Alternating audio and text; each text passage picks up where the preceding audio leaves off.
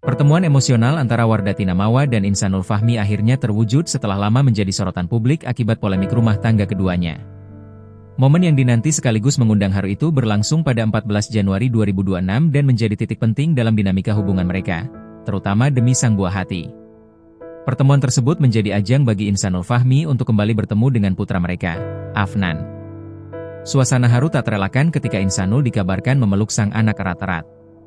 Dalam momen itu, Insanul juga disebut menunjukkan penyesalan mendalam atas berbagai persoalan yang terjadi di masa lalu. Tak hanya menyampaikan permohonan maaf, Insanul Fahmi disebut turut mengajukan permohonan untuk kembali membina rumah tangga bersama Wardatina Mawa.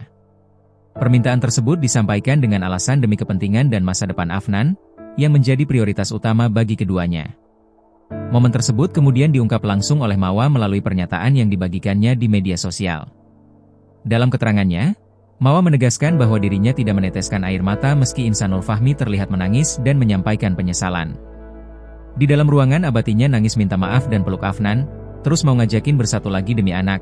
Lalu spontan aku bertanya, kemarin saat berbuat seperti itu, apakah kamu memikirkan anak? Tak setetes pun air mata jatuh dari mataku, tulis Mawa dalam sebuah komentar yang dikutip pada Senin, 19 Januari 2026. Ia juga menyebut bahwa kekuatan tersebut lahir dari tekadnya untuk menjaga masa depan sang anak. Bagi Mawa, kebahagiaan dan perlindungan Afnan menjadi alasan utama dirinya bertahan dan berdiri tegak di tengah badai persoalan rumah tangga.